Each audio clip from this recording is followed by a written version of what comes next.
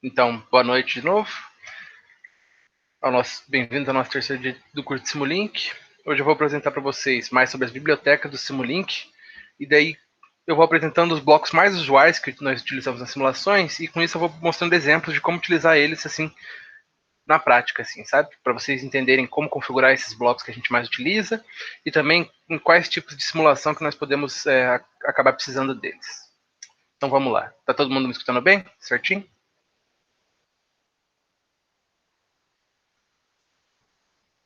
Então, beleza, bora lá. Então eu já estou com uma simulação pronta aqui para vocês, que eu coloquei vários blocos com várias aplicações para mostrar para vocês como esses blocos funcionam. Mas antes de mostrar a simulação em si, eu vou entrar aqui nas bibliotecas, que nem eles ensinaram para vocês nas aulas passadas. E agora nós vamos nos ater a esses nomes aqui na esquerda. Aqui, ó. Vocês podem ver que tem a biblioteca do Simulink, que é essa biblioteca aqui. Eu não sei se é difícil para vocês verem por causa do zoom, mas eu não sei das zoom exatamente aqui no Simulink, então foi mal. Mas, bom, aqui a gente tem a biblioteca do Simulink. Para que ela serve? Basicamente, ela faz comunicação entre as diferentes bibliotecas do nosso software, e além disso, nos permite fazer a parte de controle aplicada à parte da elétrica, mecânica, aeroespacial, para quem sabe mexer com isso. Daí nos permite fazer discretização de sinais, observar os sinais em gráficos, em displays, que eles já apresentaram para vocês nas outras aulas. Então essa biblioteca aqui, do Simulink, basicamente a gente sempre vai estar utilizando ela nas nossas simulações. Só que tem umas partes delas, você pode ver que ela é dividida em subbibliotecas, e não são todas elas que nós vamos usar usualmente, né? Então, aqui em Commonly Used Blocks, vocês sempre vão ter os blocos que vocês utilizaram mais recentemente, assim, sabe? Então, eu não tenho muito o que dizer sobre eles. Depende dos tipos de simulações que vocês estão fazendo. Aqui em Nicolas, contínuo já tem. Oi? eu não sei se é só para mim que não está aparecendo a tela. Eita, eu não coloquei para apresentar mesmo. Desculpa. Obrigado. Agora tá aparecendo, né? Agora tá. Ah, tá, desculpa. Beleza, vamos começar aqui de novo, rapidinho. Aqui a gente tem o Simulink. Eu tenho uma simulação pronta aqui já para vocês para mostrarem os blocos, mas a gente vai entrar aqui na biblioteca e se vocês verem aqui nessa barrinha da esquerda, a gente tem o Simulink. E como eu já expliquei para vocês, ele serve para fazer a relação entre as diferentes bibliotecas do Simulink, etc, etc, etc. Daí tem o Commonly Used Blocks aqui que eu expliquei para vocês, que são os blocos que a gente acaba utilizando mais, assim. E daí ele coloca aqui como se fosse para a gente tirar rapidinho aqui, achar rapidinho e colocar na simulação. Mas aqui depende dos tipos de simulação que você faz. Tá. Então nós temos a biblioteca Continuous, que é a que a gente mais vai utilizar. Por exemplo, a gente tem o bloco de derivative aqui, que ele faz a derivada de um sinal. A gente tem o bloco do integrator, que faz o integral de um sinal. Tem blocos de função de transferência a partir de zeros e polos. E alguns outros blocos que a gente utiliza menos, mas que a maior parte deles está explicada resumidamente lá na apostila, se vocês quiserem ver. Tá bom? Eu vou explicar os mais usuais. Aqui em Dashboard, a gente tem uma biblioteca bem legal, que ela permite a gente fazer algumas coisas assim mais visuais, mas eu vou deixar para mostrar ela em exemplos amanhã, tá bom? Que hoje a gente vai fazer bastante exemplo e amanhã também eu vou fazer outros exemplos, então eu vou deixar para mostrar essa biblioteca amanhã. Daí tem esse aqui de descontinuidades, que a gente não utiliza muito. Esse de discreto, que é para tornar o teu sinal discreto, a gente vai utilizar quando a gente quiser implementar para colocar no DSPIC, no DSP, numa FPGA. Só que, basicamente, o que a gente tem na biblioteca discreta é a mesma coisa que a gente tem na biblioteca contínua, só que trabalhando com o sinal discreto. Então, a forma de trabalhar com a biblioteca é muito parecida. O que muda é a teoria por trás dos sinais discretos, que já é uma coisa um pouco mais complexa e não tem a ver em si com a simulação no Simulink. Então, por conta disso, eu nem vou mostrar essa biblioteca discreta aqui. Até porque a gente teria que ter noção sobre transformadas Z, essas coisas, assim, e não vem ao caso. Daí a gente tem aqui a biblioteca de Logic and Bit Operations, que tem algumas coisas a ver mais com circuitos digitais, mas o mais importante aqui é Logical Operator, que vai deixar eu pegar o... Eu posso transformar... Ó, se eu pegar aqui, eu posso transformar ela nos 6 mais básicos. AND, OR, NAND, NOR, XOR, NXOR, NOT. Daí depende do que a gente precisar, né? Esse Relational Operator, que eu também vou mostrar aqui para vocês mais para frente o que ele faz. Esses dois são os dois mais importantes dessa biblioteca, mas vocês vão ver mais para frente o que eles fazem. Esse Lookup Tables aqui, vocês não precisam se preocupar por enquanto. Daí Math Operations, que é o que eu tinha falado lá, que essa biblioteca de Simulink, ela permite a gente fazer múltiplas operações matemáticas com os nossos sinais. Daí a gente tem bloco de pegar o valor absoluto, de soma, de divisão, de aplicar um ganho, aplicar um produto, etc, etc, etc. Eu vou apresentar uma boa parte do que a gente acaba utilizando aqui nas simulações dessa biblioteca de matemática. Então, mais para frente, vocês vão ver um pouquinho mais sobre ela. E o que mais vale a pena dizer aqui da biblioteca de Simulink é aqui sinks, que a gente consegue ver, basicamente, são o que vai estar no final do nosso circuito, para a gente ver um sinal, para a gente jogar um sinal para algum outro lugar. Vocês vão entender melhor isso aqui. Por exemplo, a gente tem o scope, que é onde a gente consegue ver os nossos gráficos. A gente tem o display, onde a gente consegue ver valores absolutos de maneira instantânea. E é para isso que serve essa biblioteca Sinks. E sources, que é para criar sinais do jeito que a gente quiser. Claro, com as restrições dos blocos. Daí, os sinais mais usuais gerados para essa biblioteca de sources, eu tenho aqui os exemplos também no nosso Simulink para mostrar para vocês. E daí, com o que a maioria aqui trabalha, não sei se tem alguém de outro curso que não seja engenharia elétrica, mas seria aqui no Simscape, que eles já mostraram para vocês nas outras aulas. Daí a gente vem aqui em Electrical, Specialized Power Systems, Fundamental Blocks. Tem outras coisas aqui, ó, Control Management, Electric Devices, Facts, Renewables, mas a maior parte dos blocos que a gente vai utilizar vai estar aqui em Fundamental, nessa sequência aqui que eu peguei para vocês. Daí a gente vai ter as fontes, capacitor, resistor, essas coisas, as cargas, né? Máquinas de geração, de motor, essas coisas, blocos de medida e aqui de eletrônica de potência. Daí você já vai ter um boost converter, um buck converter, apesar de que quando a gente acabar implementando, a gente faz eles passo a passo, colocando indutor, capacitor, os GBTs ou MOSFETs e os diodos, mas tem aqui também, daí tem inversor, essas coisas. Mas daí aqui, ó, se a gente quiser fazer passo a passo manual, para a gente controlar as características dos nossos conversores CC, a gente tem aqui o GBT, o MOSFET, e é por isso que a gente acaba utilizando bastante essa biblioteca, porque ela tem esses semicondutores de eletrônica de potência, GBT, MOSFET, essas coisas. Beleza. Mas eu vou explicar mais para frente para vocês, que eu tenho exemplos com ela aqui. Então vamos começar a mostrar alguns blocos que nós temos aqui. Ó, esse bloco aqui é para vocês conseguirem ver o nome dos blocos. Esse bloco aqui é um dos blocos daquele de Simulink. É um source, porque ele serve para gerar um sinal, ó, Signal Generator. Então, se eu vier aqui e dar 2 cliques nele, vocês vão ver que ele tem um waveform aqui. E ele vai permitir eu criar ondas senoidais, ondas quadradas, dente de serra ou ondas randômicas. E aqui, então, você vai poder fazer esses 3 tipos de onda com ele, escolhendo apenas amplitude e frequência. Então, é bem fácil de entender o que ele faz. Você coloca a amplitude aqui, 180, por exemplo, e frequência, 60. No caso, eu estou criando um seno. Se eu rodar o meu código aqui, 7 ciclos desse sinal, já que eu coloquei 60 Hz ali, 7 sobre 60 aqui em cima. Se eu rodar e ver o meu scope, eu vou ter o meu seno. Certo? A mesma coisa para a onda de dente de serra e para a onda quadrada. Às vezes pode acabar sendo útil para você se você não quiser fazer todo um circuito para gerar uma dente de serra, entendeu? Porque um seno a gente tem o sine wave aqui que eu vou mostrar para vocês e já foi mostrado nas outras aulas, mas às vezes uma dente de serra você vai ter que você não tem um sinal, um bloco direto assim para ela, então você teria que fazer algumas modificações em alguns blocos já existentes para gerar essa dente de serra. Se você não quiser, você pode vir aqui nesse Signal Generator e gerar ela. O problema é que você não consegue escolher o valor CC, defasagem, essas coisas. Aqui você só consegue escolher a amplitude e a frequência. Mas pode ser que vocês acabem utilizando. Daí a gente tem o bloco de sine wave, que ele é um pouco mais completo, que nem já mostraram para vocês nas aulas passadas. Vai ter a amplitude, o valor CC, que vai dar um offset no nosso valor, a frequência em radianos por segundo e a defasagem que ele pode ter em relação a passagem pelo zero dele.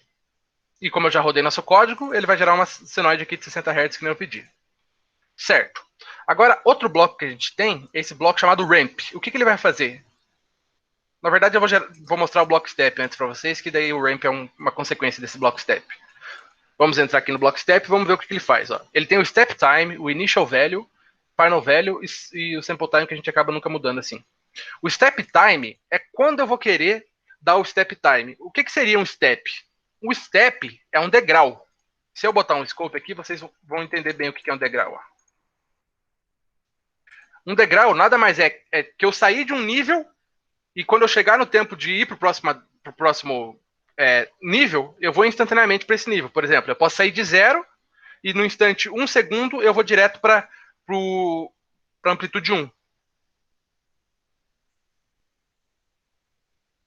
Time, deixa eu ver, daí aqui eu tenho que colocar um tempo maior, já que eu vou mostrar para vocês ali por quê. Mas ó, só ver quanto que tá os parâmetros da nossa evolução aqui. 1 é menos 4, tá, não tem problema.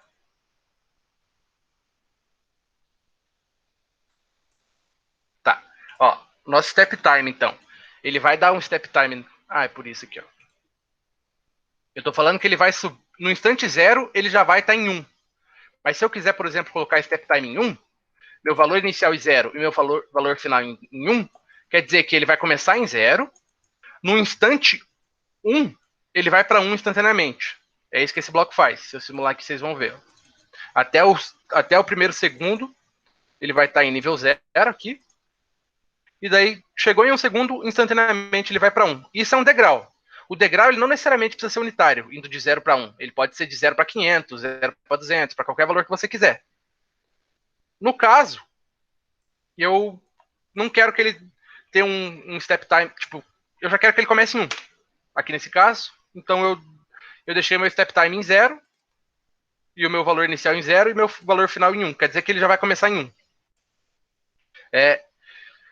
E daí, o bloco ramp, ele é muito parecido com esse bloco step, só que diferentemente de fazer de colocar um degrau assim instantâneo para ele subir, ele vai fazendo uma rampa com uma certa inclinação. Então, por exemplo, eu venho aqui e coloco simplesmente em qual valor que ele, em qual instante de tempo que ele vai começar a fazer essa rampa e coloco a inclinação dessa rampa. Por exemplo, eu coloquei a inclinação da rampa em 1, quer dizer que em 1 segundo ela vai ter subido 1 de amplitude. Que nem a gente pode ver aqui, em 1 ela está em 1, em 2 ela está em 2 e assim por diante. Só que daí eu posso deixar o slope dessa rampa maior, né? Ou menor, se eu quiser. Que nem a gente pode ver aqui. Por que a gente tem esses blocos step e ramp? Porque o Simulink ele serve muito para trabalhar com o controle de sistemas.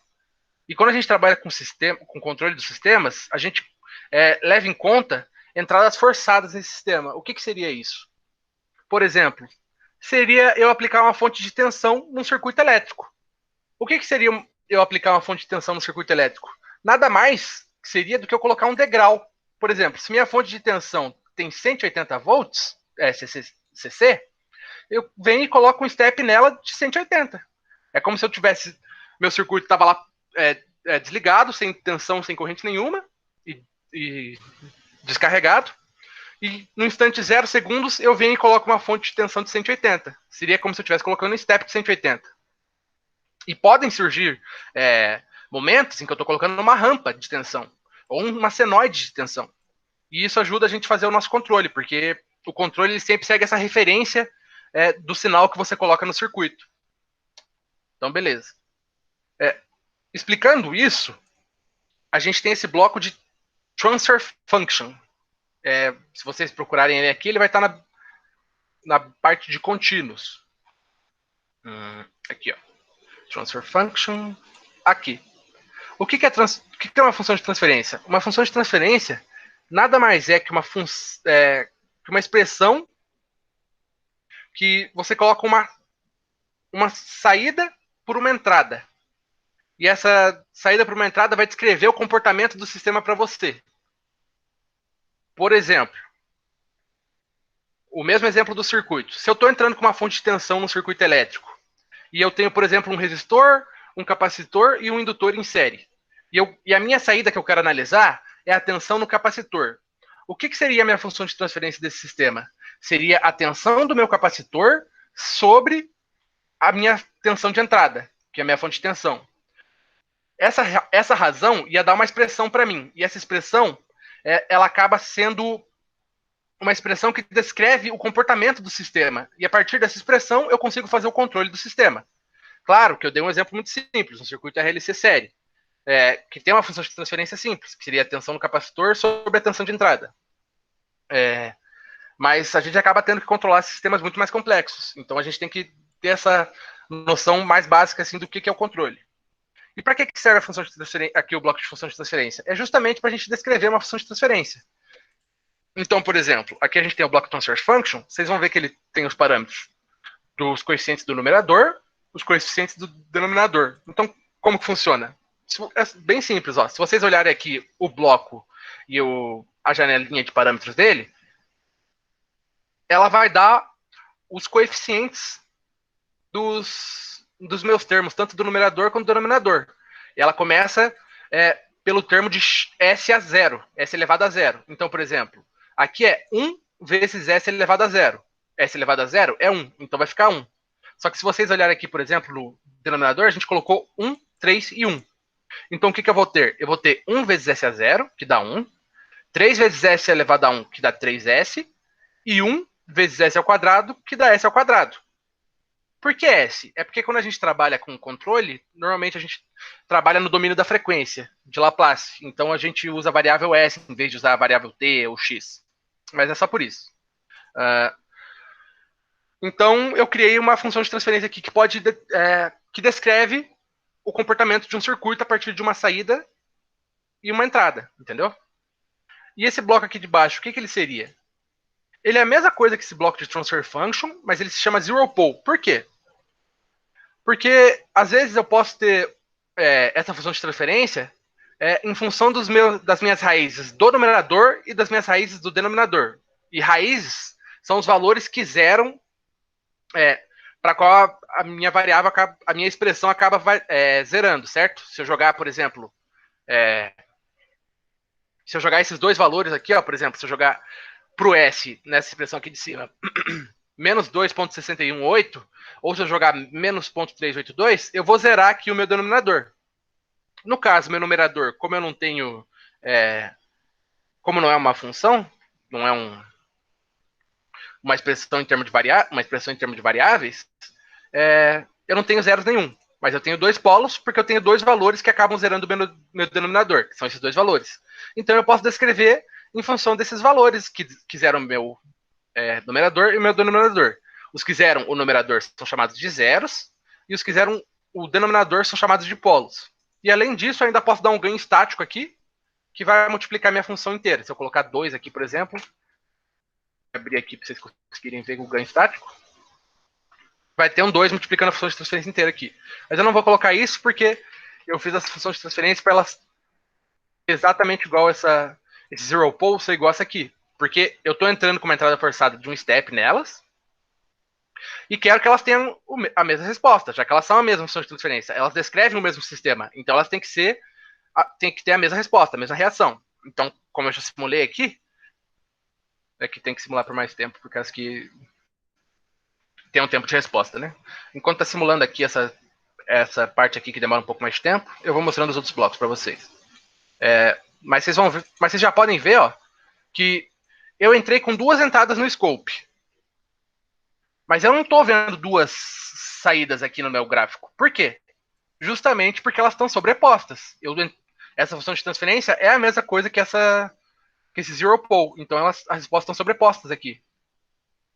Se eu colocar uma legenda aqui, ó, para colocar uma legenda, eu venho aqui na engrenagemzinha, vem em display. Mais pra frente eu vou explicar melhor isso aqui, tá?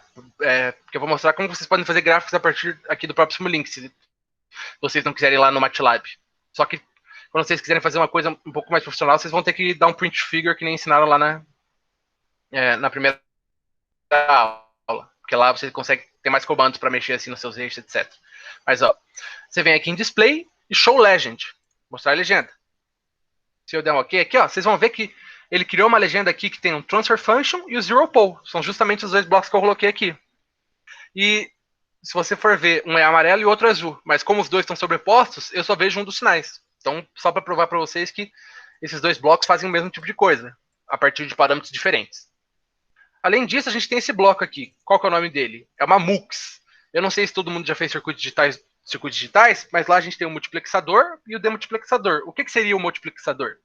Ele nada mais é que um circuito digital. Alguém ligou o microfone e quer falar alguma coisa? Tá.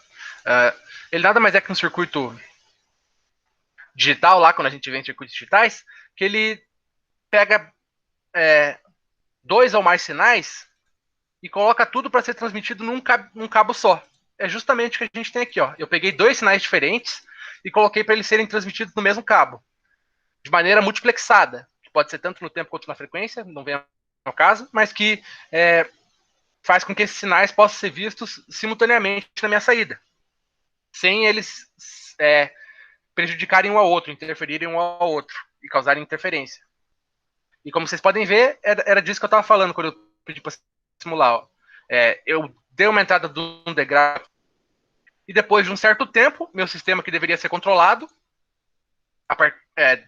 depois de um transitório que levou todo esse tempo aqui, ó, ele começou a entrar em regime permanente aqui, ó. A gente pode ver que é um circuito que é estável, porque eu entrei com um degrau unitário nele, entrei com uma certa referência, que ó, vocês podem ver, eu entrei com 1. E a saída dele está em 1. Então pode ver que aqui seria um exemplo de um controle de uma planta que já é estável. Eu entro com 1 nela e a saída dela vai em 1. Tá. Vamos para os próximos blocos, então. Aqui nós temos um Pulse Generator, que seria mais um daqueles blocos da biblioteca de sources, lá do Simulink. O que esse Pulse Generator faz? Ele vai gerar pulsos retangulares e periódicos, obviamente. Aqui nele eu vou poder escolher a amplitude dele, o período da minha onda, né, que vai se repetir, e esse pulse width, em porcentagem do período. O que seria esse pulse width? Nada mais do que quanto tempo da minha onda eu vou querer que ela esteja em nível alto ou em nível baixo. Meu nível alto vai ser minha amplitude, que eu colocar aqui, e meu nível baixo vai ser 0. Ou seja, se eu coloquei pulse width de 20 aqui por cento, quer dizer que em 20% do comprimento da minha onda, eu vou ter ela em amplitude igual a 1. E nos outros 80% restantes, ela vai estar em 0. Esse bloco é bem interessante para ser utilizado, porque ele vai deixar a gente fazer... ele, na verdade, é um PWM, que a gente vai fazer aqui de uma forma mais manual, como seria na vida real, mas ele, na verdade, é um PWM que eu vou explicar mais para frente para vocês como funciona. Tá, aqui a gente tem o bloco de ganho, que ele vai fazer a multiplicação por esse valor que você colocar aqui. Pode ser um valor maior que 1, pode ser um valor menor que 1, pode ser um valor negativo, tanto faz, você escolhe. Mas nada mais do que, ó, se a minha amplitude aqui está 1, quando a minha onda aqui estiver em 1, quer dizer que ela vai para 20. E quando estiver em 0, óbvio que vai continuar em 0. Além disso, a gente tem esse bloco aqui que se chama Saturation. Para que serve esse bloco? Esse bloco ele serve para a gente saturar o nosso sinal com limite superior e com limite inferior. Mas se vocês verem aqui, eu já tenho o limite superior e inferior, 10 e 2. Mas quando eu pego esse bloco direto da biblioteca, assim, sem estar nada dentro dele... Ah, não é isso não. Então vamos continuar aqui. Desculpa. Tá. Então quer dizer aqui que eu coloquei um limite superior de 10 e um limite inferior de 2. O que significa isso? A gente vai ver aqui no scope. Ó. Lembra que eu falei que esse sinal, o nível baixo dele era no 0 e o nível alto dele seria no 1? Mas se vocês forem ver, o nível baixo dele está em 2 e o nível alto dele está em 10. Por quê? Vamos por partes. Primeiro eu apliquei um ganho de 20, então ele tem nível alto 20 e nível baixo 0. Mas, entretanto, eu coloquei um sinal de uma saturação aqui. E eu coloquei que o limite superior dela vai ser de 10 e o limite inferior de 2. Então, o máximo que ele vai poder chegar aqui no limite inferior é 2. Então pode ver que ele sempre está em 2. E a mesma coisa para o limite superior, que vai ser em 10. Tá. Se alguém não entender algum bloco ou quiser perguntar alguma coisa, pode perguntar, beleza? Que às vezes eu posso acabar explicando meio errado ou meio atropelado, assim, meio apressado. Mas vamos lá. Que aqui eu não estou mostrando nenhuma aplicação real em si para vocês. Eu estou querendo mostrar como que a gente configura os blocos mais usuais e qual que é a resposta deles, beleza? Para vocês conseguirem, quando vocês precisarem, eu preciso fazer um certo sinal, preciso fazer uma certa medição. Que bloco que eu vou utilizar? Daí você vai saber que você tem todos esses blocos à sua disposição, entendeu? Então, vamos lá. Aqui, esse bloco é muito importante. Basicamente, em todas as simulações das pesquisas que a gente realiza, sempre estou utilizando esse bloco de repeating sequence aqui. Como o próprio nome já diz, é sugestivo, é uma sequência repetitiva. E diferentemente desse pulse generator, que também é uma sequência repetitiva, só que o pulse generator é uma sequência repetitiva que sempre vai gerar um sinal desse tipo aqui, ó, quadrado. Nunca vai gerar um outro sinal que eu queira. O máximo que eu posso escolher é a amplitude e o pulse width. Se vocês quiserem mostrar aqui, ó, se eu colocar o pulse width de 50, ele vai ficar 50% em nível alto e 50% em nível baixo. É isso que é o pulse width. Ó. Beleza. Só que o repeating sequence, se eu souber fazer a modelagem do sinal, eu consigo criar qualquer sinal que eu queira. Então, normalmente a gente vai estar criando sinais triangulares ou sinais dentes de serra. Como que a gente vai fazer isso? A gente entra aqui nos parâmetros do bloco, vocês vão ver que tem os valores de tempo e os valores da saída. Então, por exemplo, como que eu crio um triângulo? Eu coloco que no instante inicial, ele vai ter... Se eu quiser um triângulo que comece em 0 e vá até um valor e volte para 0, né? E que seja simétrico, assim. Eu crio, que normalmente é o que a gente quer. Eu vou colocar os valores de tempo em 0 e a saída em 0. Daí, eu coloco o meu próximo valor de tempo, que no caso aqui eu usei como se fosse um ciclo de 60 Hz, certo? 1 sobre 60. E coloquei a amplitude desse triângulo, 1, o valor máximo que ele vai atingir. E no dobro desse valor aqui, que eu coloquei aqui, ó, vocês podem ver que aqui está 1 sobre 60, 1 sobre 30, no dobro desse valor eu coloco 0 de novo. Como vocês podem ver, se vocês olharem esse sinal amarelo aqui, daqui a pouco eu explico os outros, ele vai gerar um triângulo que começa em 0, vai até 1, em um ciclo de onda de 60 Hz, e volta até 0 no final desse ciclo. E é para isso que serve esse sinal. Daí, por exemplo, se eu quisesse gerar uma dente de serra nada mais é do que... Ele é um triângulo, só que ele não é um triângulo simétrico, né? Ele é um triângulo retângulo. Então eu vou colocar que tanto o meu... eu vou colocar meus dois time values aqui no mesmo valor. Ó. Por quê? Porque aqui eu estou falando que meu triângulo começa em 0 e tem valor 0. Daí 1 sobre 60, ele é 1. Mas em 1 sobre 60, ele também cai para 0. Então eu acabo criando uma dente de serra, que nem vocês podem... O bom desse bloco é que ele já mostra para vocês aqui como que o teu sinal ficou, se não for um sinal muito complexo. Ó. Vocês podem ver que cria uma dente de serra. Mas agora, para esse caso, eu quero mostrar uma triangular para vocês. Mas são os dois sinais que vocês mais vão utilizar, se vocês forem utilizar. Então aqui a gente tem uma triangular, que eu tinha mostrado para vocês. Daí, quais outros blocos que a gente tem aqui? A gente tem esse bloco que se chama constant, que eu posso colocar qualquer constante que eu quiser dentro dele, basicamente. A gente tem esse bloco que eu tinha falado para vocês, que é o relational operator, que a gente pegava aqui nesse logic and bit operation. Vocês podem ver que tem aqui o relational operator. O que ele faz? Você pode ver que ele tem duas entradas, e ele tem aqui um sinal de igual, aproximadamente igual, menor, menor igual, maior, e daí esses outros aqui, vamos deixar quieto. Então o que ele faz? Ele sempre vai, ó, você tem que sempre ler se você não sabe o que o bloco faz, você tem que sempre ler aqui, ó. Por exemplo, ele vai falar que a tua entrada de cima ou da esquerda, já vou explicar o que é esse da esquerda. Ah, não, aqui, ó. Ele aplica essa operação de sinal aqui a partir das entradas e joga um sinal na saída. A entrada de cima ou da esquerda vai ser a que vai estar na saída. Corresponde ao primeiro operador. O que isso quer dizer, na verdade? O que eu estou analisando aqui? Qual que está no lado esquerdo do menor igual e qual que está no lado direito? Ele falou aqui para a gente no bloco. O sinal de cima é o sinal que está aqui na esquerda. Ou seja, eu estou pegando esse sinal aqui da minha triangular, vocês podem ver, e estou fazendo uma relação de menor igual com a minha constante. E o que sair desse sinal vai estar aqui na minha saída. Só que esse bloco aqui, por ser dessa biblioteca de Logic and Bit Operations, ele vai dar um sinal booleano pra gente aqui na saída, que vai ser 0 ou 1.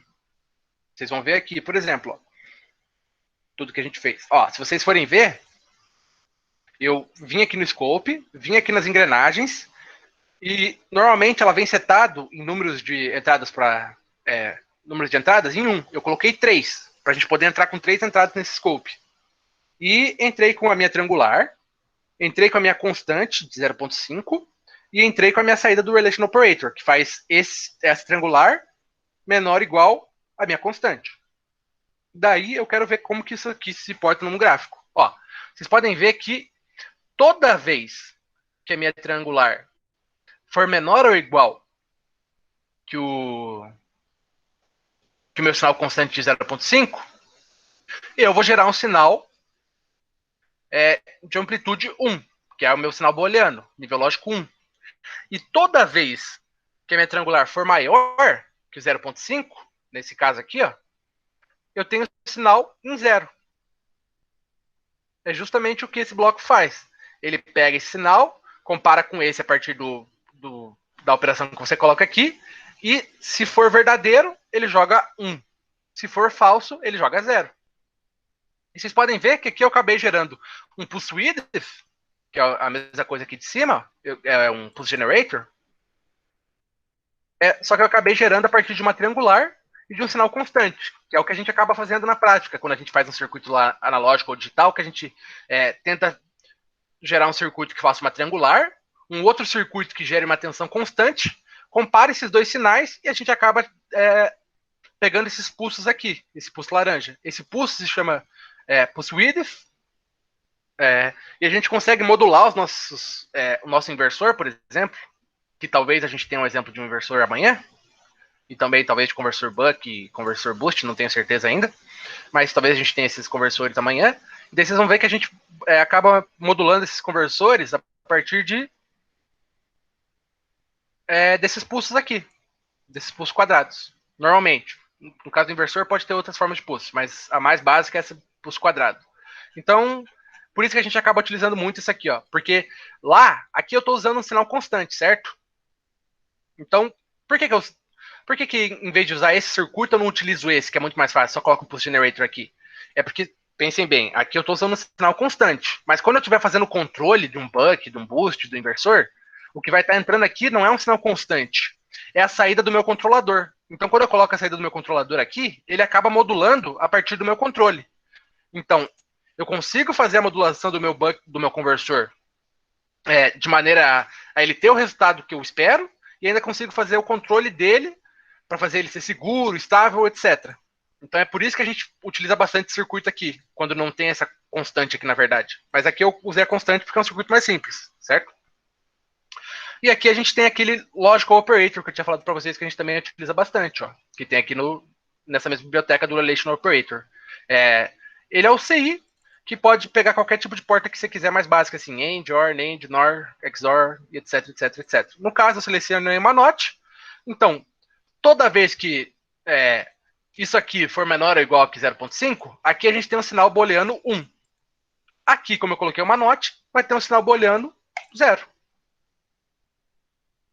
Simplesmente isso. Ele só inverteu as minhas saídas. É uma porta inversora. Beleza? Tá. Deixa eu ver para onde que eu vou com vocês agora. Vamos aqui para baixo, vai? Tá. Aqui eu tenho um outro exemplo. Aqui eu já tenho vários blocos novos, então eu vou apresentar isso para vocês. Aqui eu tenho o... Deixa eu jogar para cima para vocês conseguirem ver o nome. Integrator. Ele simplesmente vai integrar um sinal. Só isso. Constante. Aqui eu tenho uma fonte de corrente controlada. O que seria isso? É uma fonte de corrente que ela vai seguir o sinal que eu colocar na entrada dela. Eu não venho aqui e coloco, por exemplo, eu posso escolher se é SC ou corrente alternada, posso escolher a amplitude inicial que ela vai ter, só que eu não falo, por exemplo, qual valor que ela vai ter no instante 1, 2, 3, 4. Como que eu faço isso? Eu venho aqui na entrada dela e coloco para ela seguir uma referência. No caso, como eu coloquei uma constante, seria a mesma coisa que eu utilizasse uma fonte de corrente de 8,7 amperes. Só que eu só usei uma constante para ficar mais simples. Vocês podem colocar qualquer sinal aqui. Ela pode seguir um seno, ela pode seguir um sinal controlado, etc, etc, etc. E, por exemplo, vocês podem acabar não achando que tem muita aplicação, mas às vezes se você tem um modelo de fontes chaveadas, que nem um buck ou um boost, que trabalham com frequências muito altas, você acaba tendo que colocar um passo aqui muito baixo para a tua simulação ser precisa. E tua simulação acaba ficando muito lenta, ou você acaba, dependendo do teu computador, você acaba não conseguindo simular. Então você vem e você tem que modelar, é uma coisa difícil, mas você acaba substituindo o teu conversor por uma fonte dessa, uma fonte chaveada. E você vai ter que modelar a entrada dela, a partir de uma função, para ela seguir como se fosse um conversor buck, um conversor boost. Só que como você tirou as fontes chaveadas, que dependiam da frequência, você pode vir aqui e aumentar o teu passo. Então a tua simulação vai ficar mais rápida e mais eficiente. Claro que você não vai ter toda a informação de dinâmica que você teria com uma fonte chaveada em si, com buck ou um boost. Mas ainda assim ela simula muito bem o que seria esse conversor, se você estiver trabalhando numa região boa desse conversor, tá? Então, basicamente, essa fonte aqui vai estar jogando 8,7 amperes para a gente nesse caso, porque eu estou mandando ela seguir 8,7 amperes. Aqui eu tenho um current measurement, que é um amperímetro, literalmente. Então, vocês podem ver que ele está em série aqui, ó. E a saída dele me dá a corrente. E eu estou integrando essa corrente. Por que eu estou integrando essa corrente? Porque quando a gente trabalha com bateria, e a gente precisa carregar as baterias, isso aqui é uma bateria, tá? E a gente precisa carregar essas baterias, a gente precisa saber o estado de carga delas. Quanto que elas já estão carregadas, etc. Ou quanto que elas estão descarregadas. Porque eu não posso carregar a bateria mais que 100%, eu não posso deixar ela cair de um certo limiar, porque isso acaba estragando a bateria. E uma das maneiras mais simples de analisar quanto que está esse state of charge, esse estado de carga da bateria, é simplesmente integrando o sinal dela de corrente, da corrente que está entrando nela, porque quando você integra, você vai ter ampere-hora. Ampere-hora nada mais é do que carga. Então você vai ter esse estado de carga dela. A bateria ela não é linear, então isso aqui ele não é totalmente exato. Mas se vocês forem ver algum dia como que é a modelagem de uma bateria, vocês podem ver que os outros tipos de modelagem são muito, muito, muito mais complexos. Então a gente acaba não utilizando para simulações mais simples, porque não tem necessidade. Isso aqui dá uma boa aproximação para a gente de qual que é o estado real da bateria. Então eu só coloquei esse exemplo aqui justamente para mostrar para vocês para que a gente poderia utilizar um integrador. Tem outras coisas que a gente pode utilizar, mas eu quis dar esse exemplo. Daí aqui eu tenho o bloco da bateria, que vocês podem ver que tem diversos tipos que eu posso colocar, de lead-acid, de íon lítio, níquel cádmio, e esse aqui, nickel metal hydride, não sei qual seria a tradução para ele.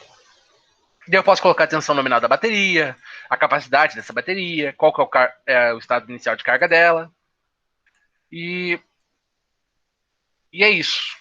E outra coisa é que alguns blocos, assim como a bateria, se eu tirar isso aqui ó, rapidinho para vocês verem, ele tem essa saída chamada M. Quando você vê essa saída chamada M em algum bloco, você já pode saber que ele é especial, entre aspas. E vocês vão ver por que eu chamo esse bloco de especial. Se vocês virem aqui nas bibliotecas Acho que está aqui em contínuos. Não, aqui, ó, tá em Signal Routing. Vocês têm um bloco chamado Bus Selector. A gente vai pegar ele aqui. Vocês podem ver que ele parece bastante com um demultiplexador, mas ele é um Bus Selector. O que esse bloco faz? Se eu pegar algum bloco que tenha saída com esse Mzinho aqui e colocar dentro dele, e eu entrar nele aqui, eu vou descobrir que esse meu bloco, chamado bateria nesse caso, ele já foi programado pelos caras do Simulink para ele me dar 3 sinais.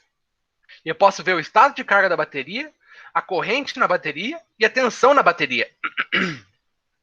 Utilizando esse bus selector. Entendeu?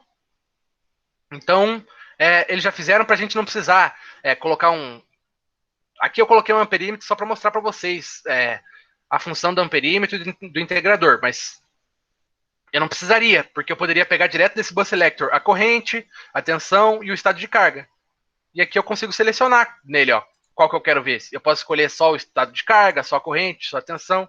Então, por exemplo, eu venho aqui no estado de carga e coloco Select. Quando eu coloco Select, ele vem aqui e coloca na minha saída esse sinal para eu poder ver ele. Mas como eu já tenho o State of Charge ali, eu vou dar um Remove aqui.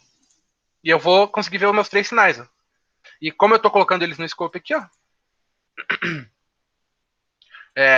eu tenho o meu estado de carga, a minha corrente da bateria e a minha tensão na bateria.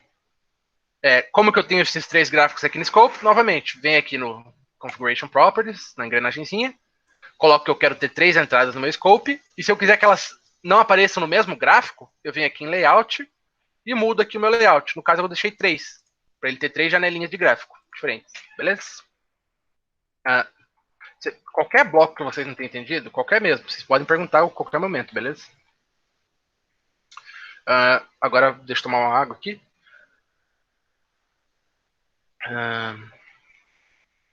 Vamos começar a mexer um pouquinho com os blocos de circuito elétrico. Circuitos elétricos pra gente, né?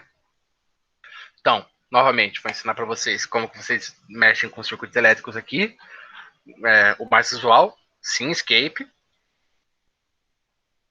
Electrical, Specialized Power Systems, Fundamental Blocks, e daí é que vocês podem escolher fonte, tem fonte monofásica e trifásica, que eu vou mostrar um exemplo trifásico para vocês também. Tem elementos de circuito que tem carga, que seria uma espécie de disjuntor, transformador, indutância mútua, etc, etc, etc. Aqui, eu não acabei utilizando esses blocos aqui nunca. Tem máquinas aqui, CC, de indução, síncronas. Aqui a gente tem aquele voltage measurement, que seria um voltímetro, current measurement, que seria um amperímetro. Esse aqui eu coloco em série, esse aqui eu coloco em paralelo, obviamente. Esse impedance measurement aqui, muito difícil a gente acabar utilizando.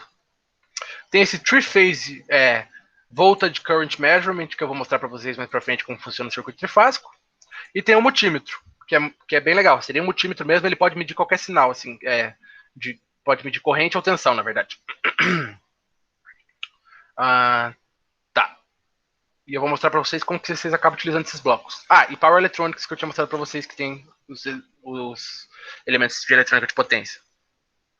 E, como o Flávio falou ontem, sempre que a gente for mexer com essa biblioteca aqui do Specialized Power Systems, para o nosso circuito funcionar, a gente tem que colocar esse Power Guide. Porque é ele que vai fazer as nossas contas. Então, se a gente não colocar, vai dar simplesmente um erro lá quando a gente simular, porque ele vai falar, não tem como fazer essas contas. E se a gente entrar nesse Power Guide aqui, vocês vão ver que tem muitas outras coisas que eu vou mostrar uma ou duas coisinhas que dá para fazer com ele, assim, que são bem legais. E bem úteis. Então tá, então vamos explicar o que a gente fez no nosso circuito aqui. Eu peguei uma... Eu posso tanto fazer aqui, ó, AC Voltage Source, que eu já sei o nome do bloco. Mas para mostrar para vocês onde está cada bloco que eu utilizei aqui, eu vou fazer pela biblioteca. Tá. Eu tenho aqui... Isso aqui é uma fonte. Então eu vim em Electrical Sources. Vou pegar uma fonte de tensão AC. Aqui eu tenho uma carga, que é um capacitor com indutor, e uma carga resistiva. Vocês podem ver que ela vai estar aqui em elemento, provavelmente. Não.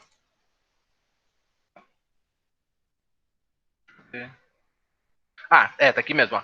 Series RLC Branch. É justamente o que eu tenho aqui.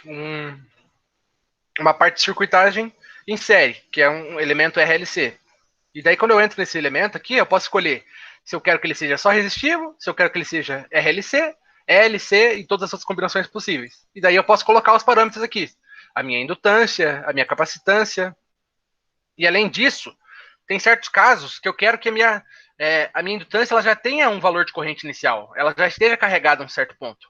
Ou então, que meu capacitor já tenha uma certa tensão, já esteja carregado em certo ponto. E eu posso vir aqui marcar essas caixinhas de set the initial inductor current ou set the initial capacitor voltage e falar qual que é esse valor de corrente ou tensão inicial em cada um desses dois componentes. No caso aqui eu vou deixar zerado. Eu não quero que ele tenha valores iniciais. E aqui a gente tem essa parte de measurement, que seria de fazer medições. Essa parte aqui só serve para quando você quer utilizar o multímetro. E, sinceramente, você sempre quer utilizar o multímetro porque a tua simulação fica mais limpa. Vocês vão entender por quê. Tipo, a visualização dela, assim. Não faz diferença, mas a visualização fica muito mais limpa. E daí você pode escolher aqui, ó. Desse bloco aqui, que eu, no caso, coloquei um LC, um indutor e um capacitor, eu posso escolher pegar só a tensão desse bloco, pegar só a corrente, ou pegar tanta tensão quanto a corrente. A mesma coisa eu posso fazer com esse bloco de resistor que eu criei aqui, ó, um R, e eu posso pegar tensão, corrente ou corrente tensão. Sempre vai ser isso nesse measurements. E daí ele vai interagir com o multímetro. Vocês podem ver que, por exemplo, aqui eu tinha utilizado um amperímetro, um current measurement. Eu tenho que introduzir ele no circuito em série, ou se for um voltage measurement, eu tenho que inserir ele em paralelo, pegar a saída dele. Não quero fazer isso. Deixa meu circuito feio e eu acho que ocupa mais tempo também. Então eu venho aqui e utilizo meu multímetro. O meu multímetro ele já vai conversar com todos os blocos que eu colocar measurements aqui. Por exemplo, vocês podem ver que nessa resistência, eu vim aqui ó, e coloquei para ela medir a tensão e a corrente. E o nome dela é Series RLC Branch 1. Vamos colocar o nome dela aqui de R. Se eu vier em qualquer multímetro do meu circuito aqui, eu acho que eu vou ter que simular antes para ele pegar, mas vamos ver. Não precisa. Tá. Se eu vier em qualquer multímetro do meu circuito, de qualquer lugar da simulação, e eu entrar nele, ele já vai ter todas as medidas possíveis que eu posso fazer. Todas que eu vim aqui e marquei em measurements, o que eu queria. Como eu marquei tanto a tensão quanto a corrente, ele vem aqui, ó. A tensão no meu bloco R e a corrente no meu bloco R. Por que está chamado de R? Porque eu vim aqui no bloco e dei o nome. Para dar um nome no bloco, você clica uma vez, vai aparecer em azul aqui, ó. Daí você vem aqui. Eu posso colocar LC aqui. Eu posso colocar P aqui, simplesmente. E ele vai falar aqui, ó, tensão e corrente, que foi o que eu pedi, no meu R. Daí eu venho, seleciono as duas, ou uma de cada vez, e clico aqui para ele ir para minhas medidas selecionadas. Posso dar um close, vocês vão ver que apareceu 2 aqui, quer dizer que eu coloquei 2 medidas para ele medir, e ele já vai... Você pode ver que ele é um cabo multiplexado. Ele está mandando 2 sinais no mesmo cabo. Se eu quiser ver isso em scopes diferentes, ou mandar para lugares diferentes, eu tenho que vir com um demultiplexador agora. Vocês lembram que o multiplexador eu tinha falado que ele colocava 2 ou mais sinais no mesmo cabo?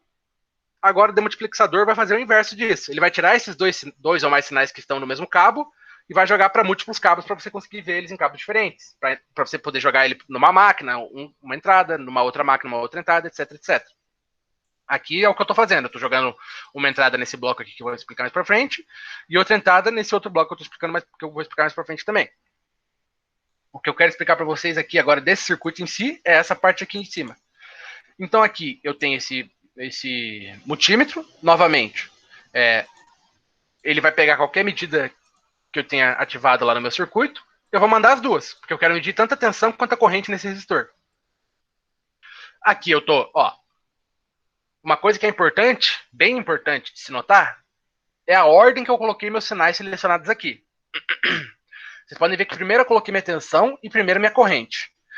Então, quando eu fizer essa demultiplexação, essa separação dos sinais, o primeiro sinal que sai é o da tensão. E o segundo que vai sair é o da corrente. Se eu tivesse colocado a corrente aqui em cima e a tensão aqui embaixo, seria primeiro a corrente e depois a tensão. Então tem que ficar atento a isso, porque senão você pode estar jogando o sinal errado no lugar errado. Tá. Como eu estou jogando a tensão aqui, eu vou estar, nesse scope, eu vou estar medindo a tensão do meu resistor. Tá aqui. Beleza? E a corrente aqui. Beleza também. Daí aqui eu tenho um bloco de product, só para mostrar para vocês esse bloco, ele faz o produto entre dois sinais quaisquer. Aqui, como eu estou pegando a minha tensão instantânea, vocês podem ver que ela é instantânea porque ela está ocorrendo a cada instante no tempo. Eu não estou vendo uma média, não estou vendo um valor RMS, estou vendo ela instantânea aqui.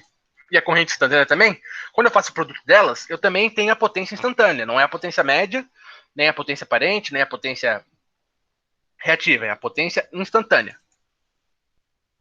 E daí eu vim aqui e coloquei um multiplexador. Para que eu coloquei esse multiplexador? Porque eu quero ver esses três sinais tudo no mesmo gráfico, para comparar eles assim. Ó, vocês podem ver que aqui, só para explicar um pouquinho mais para vocês como que eu estou dando esse zoom, né? Porque senão fica muito abstrato. Vocês podem ver que tem aqui o scope. Quando eu entro, esses dois aqui são as duas coisas mais importantes que você vai usar. Ó. Tem esse aqui, que é essa caixinha quadrada aqui, que você pode vir aqui e selecionar ela para ela ser esses dois do lado, ou esses dois aqui para cima, ou então para os quatro lados. Qual que é a diferença entre eles? Quando eu coloco esse aqui para os quatro lados, ele vai fazer, se eu clicar nele, ó, eu vou dar um zoom e depois clico nele, vocês vão ver o que vai acontecer. Ele vai fazer o máximo possível para enquadrar todo, quer dizer, ele vai enquadrar todo o teu sinal no menor espaço possível no seu scope. Então aqui ele está enquadrando todo o meu sinal simulado no menor espaço possível. Ou seja, ele vai dar um zoom out, o menor zoom out possível para que todo o teu sinal caiba no scope. Aqui, por exemplo, ele já está com um zoom out vertical. Então se eu clicar aqui ele não vai fazer nada. Mas esse aqui é justamente para dar o zoom out vertical. E esse seria o zoom out horizontal. Às vezes você pode estar querendo só dar o zoom out horizontal ou só o zoom out vertical. Você vem aqui e muda. Mas normalmente você deixa o zoom out total. Daí você tem essa outra ferramentazinha aqui. Você pode vir aqui nesse de zoom in. Você simplesmente clica com o botão esquerdo e puxa assim o mouse.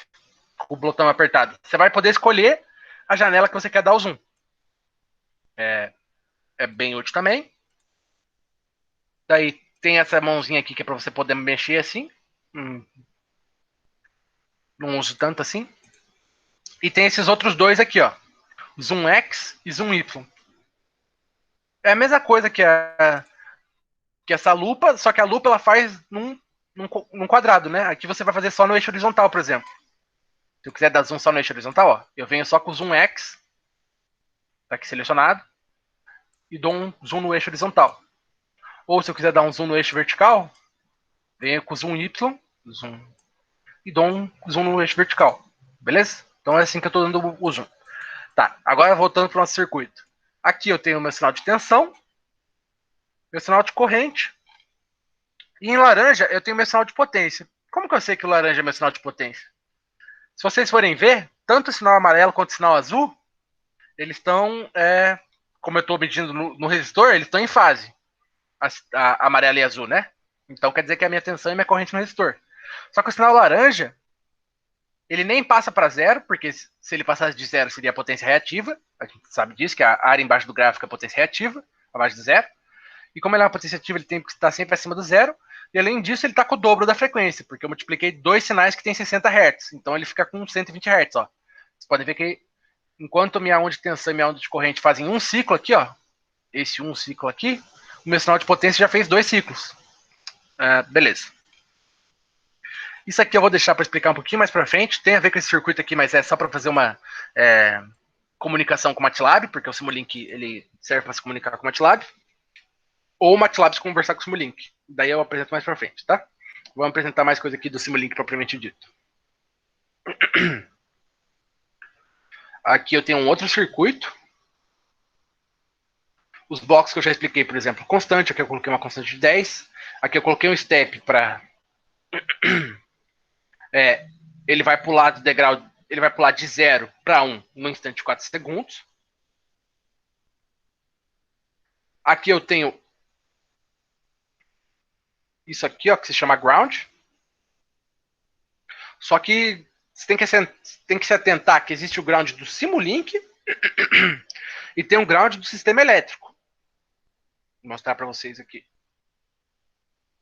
Se eu vier aqui na biblioteca do sistema elétrico, que é o Specialized Power Systems, ó, tá aqui o ground, tá vendo? Vou entrar aqui para vocês novamente, ó, em elementos. O ground está aqui. Isso é o ground do sistema elétrico. Ele só vai servir para circuitos. Tanto que se eu quiser, ó, ligar ele aqui, ele nem liga. E vocês conseguem ver isso claramente pelas terminações, ó. Eu só consigo ligar a flechinha com flechinha. Ó, tá vendo que a terminação desse bloco é uma flecha, a entrada desse é uma flecha? Só consigo ligar a flechinha com flechinha. E esse aqui é um quadrado. Não vai ligar. Porque esse aqui é para sistema elétrico. E eu tenho o ground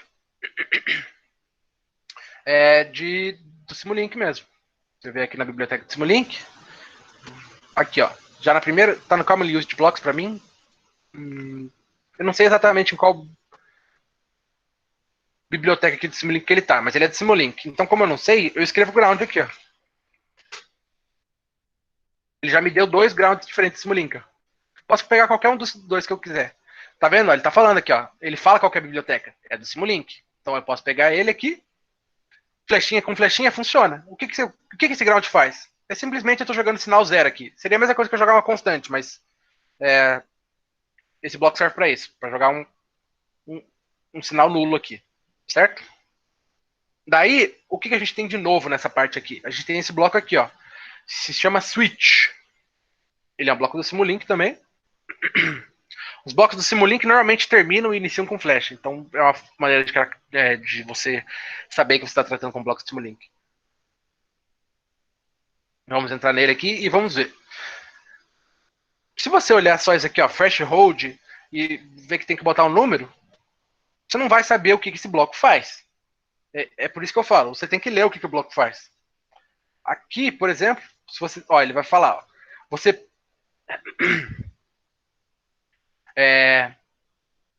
ele vai jogar na tua saída o que está na tua porta 3, na terceira entrada aqui. Se o que tiver na segunda porta dele não for satisfeito. Quando o que tiver na segunda entrada dele for satisfeito, ele vai jogar o que está na entrada 1. Então, o que eu quero dizer com isso? Esse threshold é justamente para dar essa condição. Aqui, ó, eu escolho se a minha entrada o 2 foi maior que esse valor de threshold, se ela for maior ou igual, ou se ela for igual, eu vou estar satisfazendo minha condição. Eu posso escolher aqui.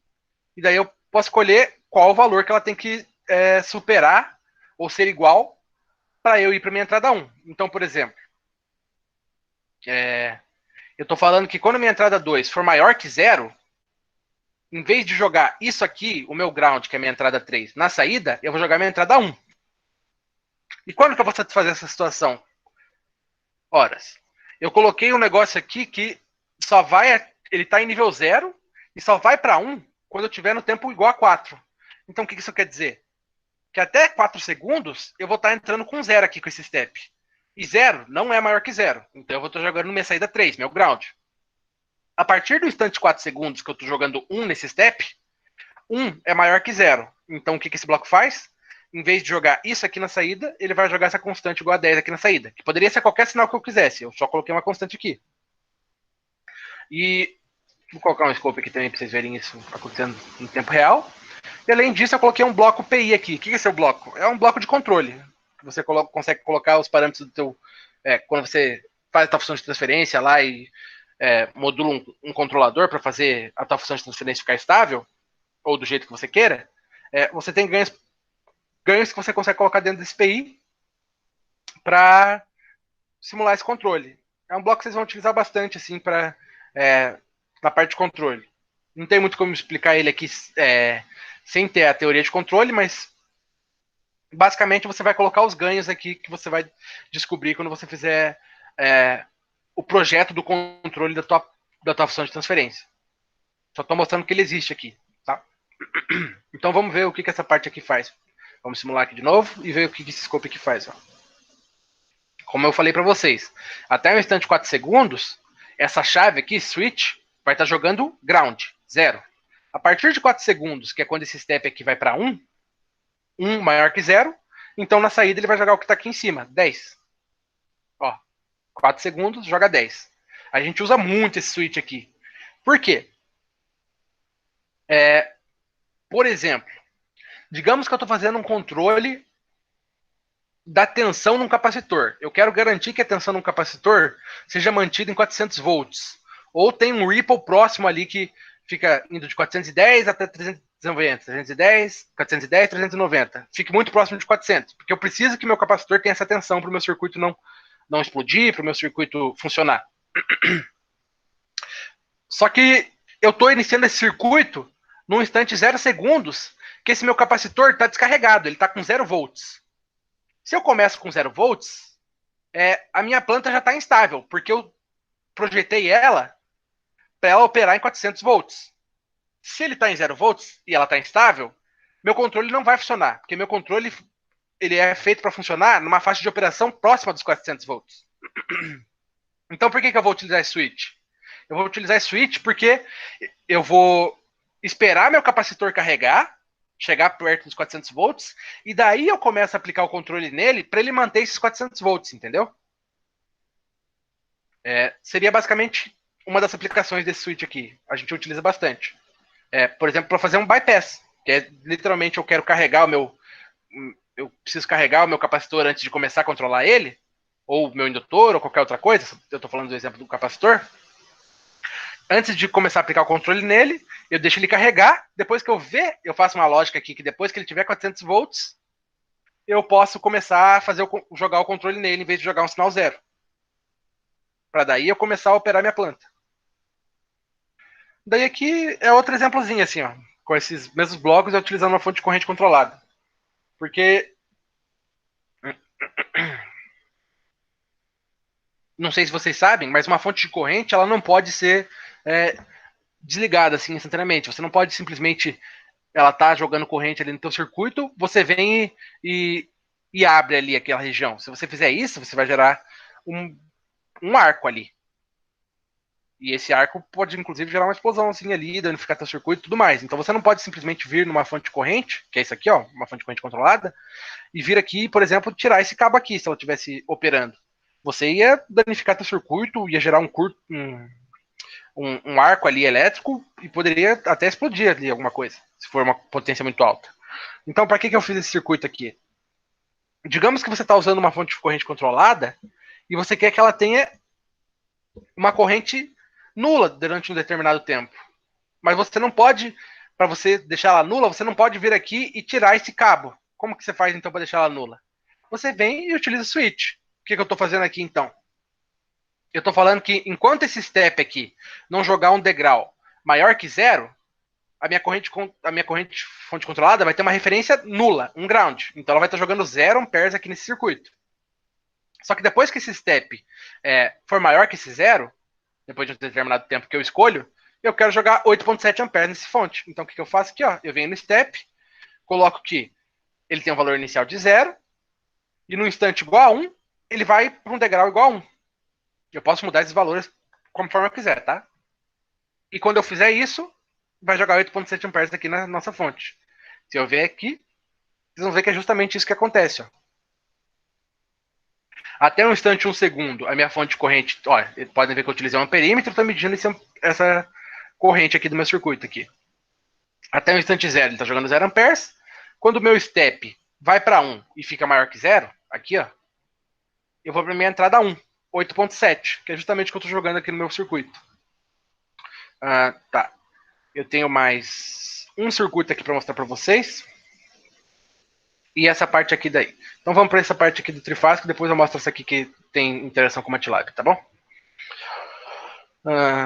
Alguma dúvida, alguém? Tá. Beleza.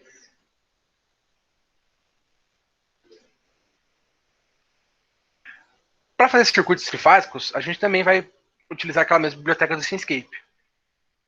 Então vamos pegar ela aqui, ó, só para mostrar para vocês novamente, que vocês vão utilizar isso aqui muito, para quem é da elétrica, acho que todo mundo. Electrical, Specialized Power Systems, Fundamental Blocks. Daí, por exemplo, se eu vier aqui em Electrical Sources, vocês já vão ver aqui, ó, que eu tenho dois tipos de fonte trifásica. Eu tenho uma Three-Phase Source e uma Three-Phase Source Programmable Voltage Source. Essa aqui seria a mesma que essa, só que eu posso controlar com um sinal na entrada. Por exemplo, era o que eu estava fazendo nessa aqui, ó, uma fonte de tensão controlada, uma fonte de corrente controlada. Eu coloco uma referência e ela segue a referência. Mas no caso eu vou trabalhar com uma trifásica que eu consigo colocar os parâmetros dela internos mesmo. Então, eu puxei ela aqui. Aqui já começa a ficar um pouco... a configuração já começa a ficar um pouco mais complexa, porque a gente sabe, os circuitos trifásicos são mais complexos que os monofásicos. Eu vou ter a configuração. A minha fonte ela pode ser em estrela, Y com neutro e Y aterrado. Por exemplo, se eu vier em Y aqui, ó, vocês vão ver que ela não é aterrada, ou seja, eu não estou pegando do meu circuito e vindo com o terra aqui na minha fonte ou com o neutro na minha fonte. É simplesmente uma fonte que está saindo minhas 3 fases aqui para o meu circuito. E eu tenho Y neutro, que eu posso ligar uma carga que precisa de neutro aqui na minha fonte. E o Y aterrado, que se eu tiver uma carga aterrada, ela já vai estar direto nessa... e que esteja ligado nessas fases, obviamente, ela já vai estar direto como se a carga tivesse aterrada nessa fonte, certo? Então tá. Daí aqui eu posso vir em source, eu posso colocar aqui todas as fases vão ter a mesma tensão RMS, face to face, que seria face-to-face, que seria a nossa tensão de linha, certo? Ou eu posso vir aqui, clicar nesse Specify Internal Voltage for each phase e falar que cada uma das fases vai ter uma fonte, uma tensão diferente. A fase A vai ter uma tensão A, a fase B vai ter uma tensão B e a fase C vai ter uma tensão C. Só que a gente não costuma utilizar muito isso, porque daí a gente estaria trabalhando com uma fonte de tensão desequilibrada, e não é muito comum. Então vamos voltar aqui para o mais basicão. E colocar uma tensão de linha, que é uma tensão entre fase A e B, ou AC ou BC, de 220. Eu não quero que tenha... Eu quero que a minha fase A esteja em 0 graus. Frequência de 60 Hz. E aqui eu posso escolher colocar uma impedância na minha fonte trifásica. A gente sabe que tem impedâncias internas na fonte. Mas não quero colocar. Tiro essa parte aqui, certo? Tá. Basicamente, assim a gente seleciona a nossa fonte de tensão trifásica. Certo. Daí aqui a gente tem as nossas fases A, B e C saindo dela. E aqui eu tenho um outro bloco muito legal, que é do trifásico, que é o Three-Phase Voltage Current Measurement. A gente vê aqui, novamente naquelas bibliotecas, em Measurements. Eu estava utilizando até agora com vocês o amperímetro, o voltímetro e o multímetro. Mas a gente tem a gente pode utilizar isso aqui para medir por fase também, né? Se a gente quiser, no trifásico. Mas a gente pode simplesmente vir aqui e pegar esse bloco, que é o que eu apresentei ali para vocês, e ele já vai fazer a medição de todas as fases, tensão e corrente para a gente. Então eu venho aqui e adiciono as fases que eu quiser aqui nele, certo? E ele já vai me dar o VABC e ABC. Só que ele me dá... ele me dá o VA, o VB e o VC todos no mesmo cabo, multiplexados. Ele me dá a corrente A, B e C todos no mesmo cabo também. Se eu quiser separar elas e ver elas e ver em gráficos diferentes do scope, ou quiser mandar por exemplo, se eu for alimentar elas, eu não posso vir aqui e... Na verdade, aqui é só para visualização. Mas eu não posso vir e deixar elas todas no mesmo cabo, porque elas teriam juntas, entendeu? Eu vou explicar isso aqui quando eu for explicar esses blocos go to e from para vocês. Mas vamos continuar aqui com as partes do circuito primeiro. Só atentem que aqui a gente tem a medição.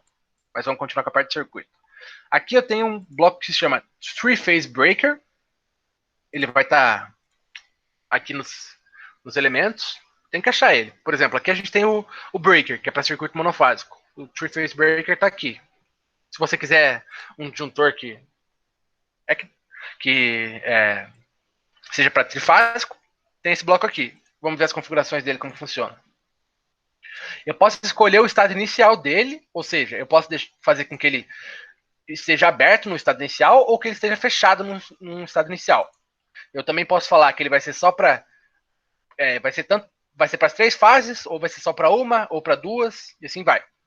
E além disso, daí a gente tem aqui o Switching Time, que é quando eu escolho, ele vai mudar o modo que ele está. Se eu deixei o estado inicial aberto, quando der esse Switching Time aqui de um ciclo de 60 Hz, ele vai ficar fechado. E se eu tiver deixado aqui fechado, quando der 1/60, ele vai abrir. Isso aqui eu deixei interno. E além disso, ele tem a resistência dele interna, etc, etc, etc. Eu também posso colocar aqui para fazer medições dele, se eu quiser colocar lá no multímetro.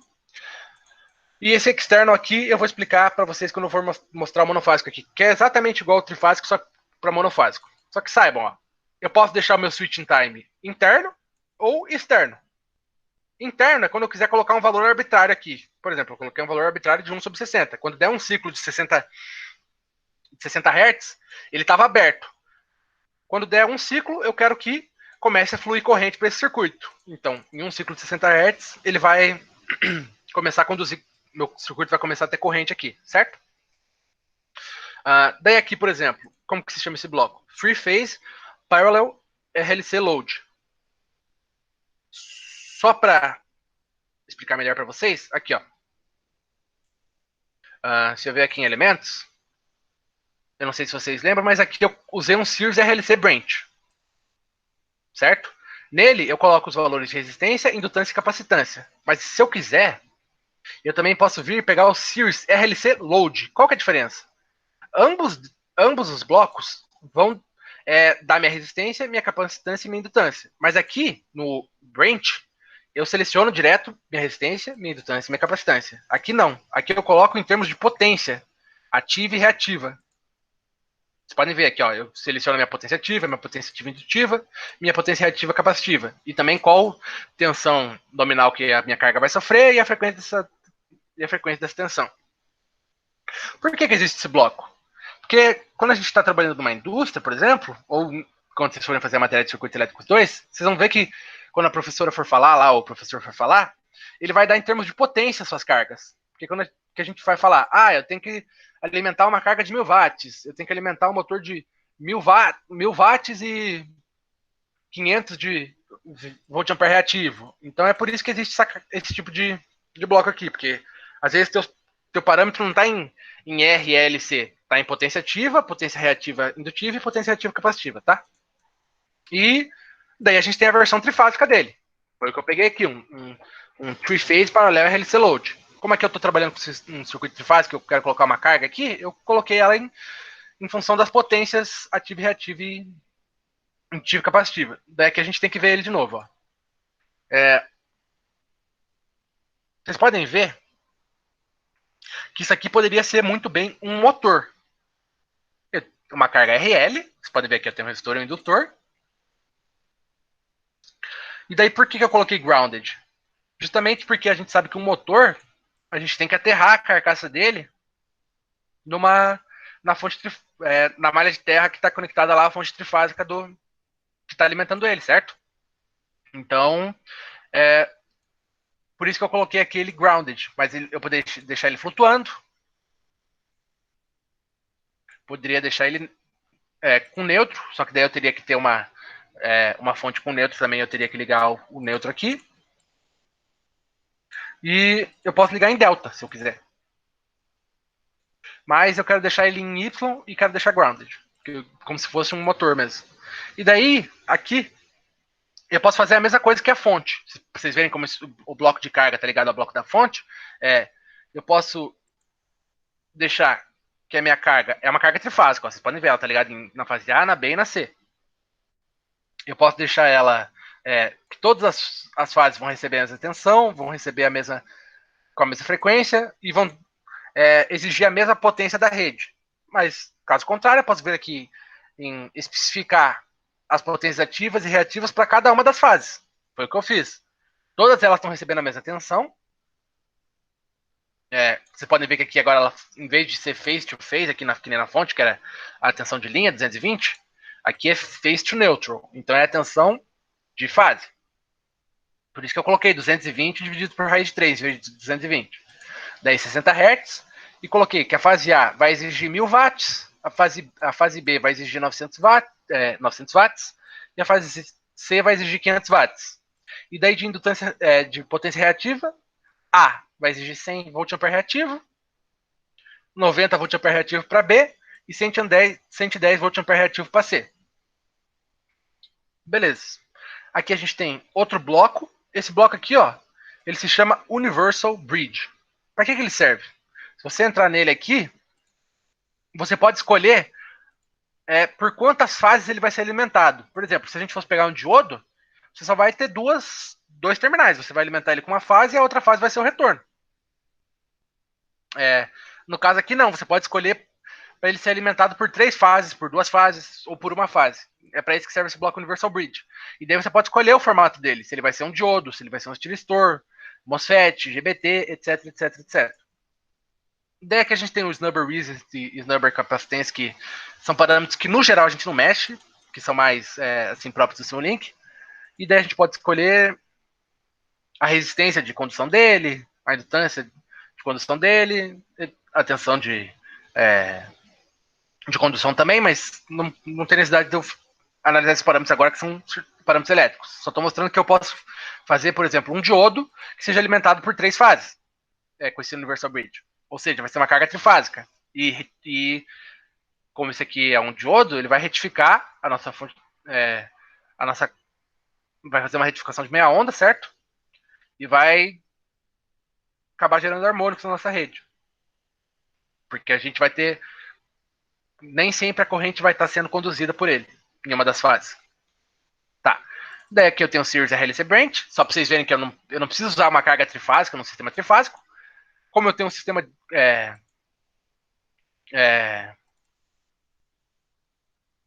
aqui, na verdade, eu não tenho um sistema com neutro, mas como eu posso alimentar com 2 fases, por exemplo.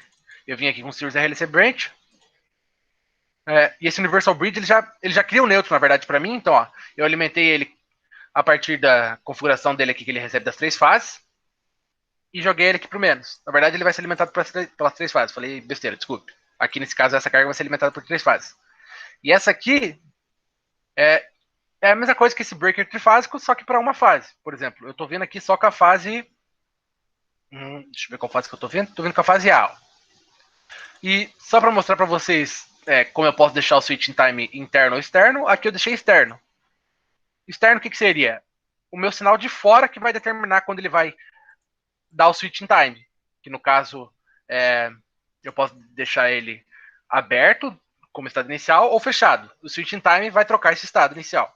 Então aqui eu coloquei, por exemplo, que no 6º ciclo de 60 Hz, ele estava em 0, ele vai para 1. Ou seja, vai fechar. Quando der 6 ciclos de onda, eu vou fechar isso aqui e vai começar a conduzir corrente da fase A. Vocês podem ver que isso aqui poderia ser um chuveiro, por exemplo, bifásico, que está conectado na fase B também. Então, se eu simular esse circuito aqui, não precisava ter simulado, que acho que já estava simulado ali nos scopes, mas vamos deixar simular um pouquinho aqui, ó. E mostrar aqui agora para vocês o bloco de medições, ó. Aqui a gente tinha VABC. Então eu estou jogando a minha tensão A, a minha tensão B e a minha tensão da fase C, ó. A gente vê aqui. Equilibrada, eu coloquei tensão.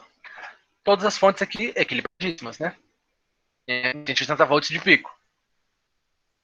Só que as minhas correntes, como eu estou exigindo cargas diferentes das fases, cargas retificadas, etc., vocês podem ver que as minhas correntes vão estar todas... as minhas correntes vão estar todas desequilibradas. Ó. Aqui eu tenho a corrente da fase A em amarelo, a corrente da fase B em azul e a corrente da fase laranja a corrente da fase C em laranja. Então você pode ver que as correntes estão desequilibradas, não estão senoidais. Então a medição desse bloco é bem boa, porque ela já mostra todas as correntes e todas as tensões, assim. Daí já mostra os desequilíbrios, se elas estão equilibradas, amplitude. Certo? E daí... tá. Por que eu fiz essas partes aqui junto com a medição? Esse bloco GoTo, ele nada mais é que um bloco para ajudar a tua simulação a não ficar tão desorganizada. O que ele serve? Ele funciona junto com outro bloco. Ó. Se você pegar e vier aqui, ó, escrever GoTo e puxar esse bloco, se você clicar nele e vier aqui para a direita nele, você vai ver que vai aparecer um triângulozinho azul. Se você puxar esse triângulo, ele vai puxar um outro bloco que é muito parecido com ele. Só que é um bloco que se chama From. Eles funcionam juntos. Esse bloco não funciona separado.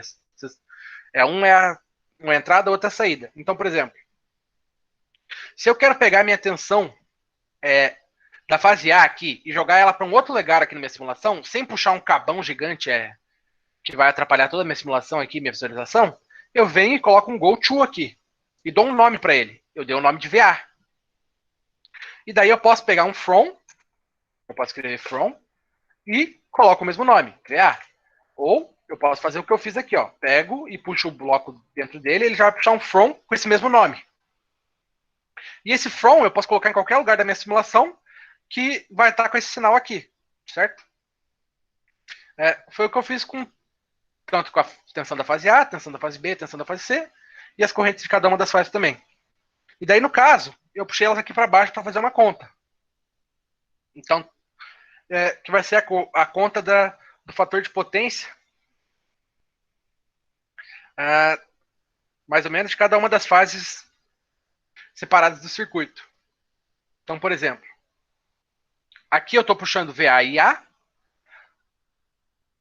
Vamos aqui pela parte do meio aqui primeiro. Ó. Eu estou fazendo a multiplicação delas. Então, o que eu tenho aqui? Eu tenho minha potência instantânea quando eu faço essa multiplicação. Porque aqui eu tenho minha tensão instantânea. Aqui eu tenho minha corrente instantânea. Faço a multiplicação delas. Aqui, nessa saída aqui dessa multiplicação, eu tenho minha potência instantânea. Como que eu faço para pegar minha potência média? Eu passo ela por um bloco de média, literalmente. Só que qual que é a diferença da potência do bloco de média para um bloco de média normal? Esse bloco de média ele tem que ter uma frequência, porque a gente está trabalhando com uma onda periódica. Então, quando eu quero a minha potência média de uma onda periódica, eu tenho que levar em conta a frequência dela, que é justamente que aquela integral nossa para corrente, tensão e potência média fala. A gente pega 1 sobre o período, ou seja, a frequência, vezes a integral do intervalo inferior até o intervalo superior do meu sinal instantâneo. Certo? É o que eu estou fazendo aqui. Eu estou pegando meu sinal instantâneo, minha potência instantânea, e estou passando por ele por um bloco de média que tem a frequência que eu estou trabalhando lá. Eu estou trabalhando com uma frequência de 60 Hz, então eu coloco 60 Hz aqui. Se eu for ver aqui na minha saída, eu vou ter a minha potência que está sendo. A minha potência ativa que está sendo exigida em cada instante da minha fase A. Lá, como eu tenho cargas diferentes que estão sendo ativadas em diferentes tempos, porque eu tenho aqueles breakers lá que são como se fossem disjuntores, até aqui eu não tinha deixado nenhuma carga ser alimentada, e depois eu atingo um patamar aqui de certa potência, e depois lembra que eu ligo meu chuveiro bifásico aqui, com esse breaker. Então é por isso que a minha potência aqui acaba aumentando. Então aqui eu calculei minha potência. E além disso, a gente sabe também que se eu pegar meu valor instantâneo de tensão e meu valor de corrente instantânea de tensão e pegar o valor RMS deles, esse bloco aqui literalmente se chama RMS, mas aqui tem uma característica importante que, ó, se eu colocar RMS aqui para pesquisar, ele vai pegar qualquer coisa que não seja RMS. É bem estranho. É um dos blocos que eu vejo que o Simulink não sabe procurar direto por ele. Ó. Eu escrevi RMS aqui, o bloco se chama RMS, mas ele não me mostra o RMS aqui. É o único bloco que eu já vi fazendo isso aqui no Simulink. Mas se você clicar aqui 2 vezes na tua tela e escrever RMS, você vai conseguir achar ele. Ó. É o primeiro bloco já. Esse bloco, eu também venho aqui dentro dele e coloco a frequência que eu estou trabalhando. Ó. 60 Hz. E tiro o valor inicial de RMS, porque eu não quero que ele tenha valor inicial. Eu não estou trabalhando com valor inicial.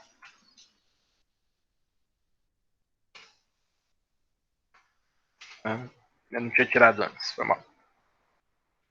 É bom que eu já explico para vocês que ele sempre vai vir setado com o valor inicial aqui, você tira ele, porque você não está trabalhando com o valor inicial. Então, a gente sabe que se eu pegar minha tensão instantânea e minha corrente instantânea e pegar o valor RMS delas e fazer o produto, eu vou ter a minha potência aparente. Tá aqui, ó. É que, como eu estava com aquele valor inicial, por isso que eu estou dando erro aqui, ó. Eu vou simular de novo agora que não está com o valor inicial. Agora aqui eu tenho minha potência aparente, certo?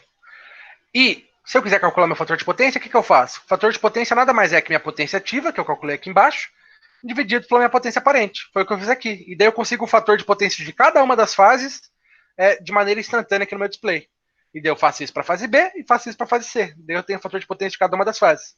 Certo? Essa seria a nossa simulação de circuito trifásico. E agora só para voltar aqui para vocês e mostrar a correlação que o Simulink tem com o MATLAB. Antes de mostrar isso, eu vou apresentar como alterar os gráficos, se você quiser alterar aqui no Simulink mesmo, tá? Então, ó, a gente vai entrar aqui no Scope. Deixa eu pegar um scope bom aqui para mostrar para vocês que eu posso mostrar mais funcionalidades. Esse aqui, isso. Porque esse aqui, ó, ele tem 3 entradas e... Não, esse aqui não. Tinha um que eu tinha colocado elas separadas. Não, esse aqui também não.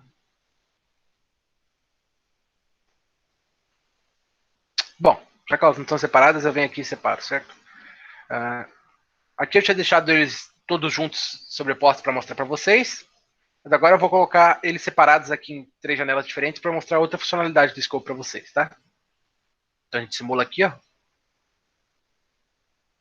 Agora que eu coloquei eles em janelas diferentes, eles vão estar aqui em janelas diferentes.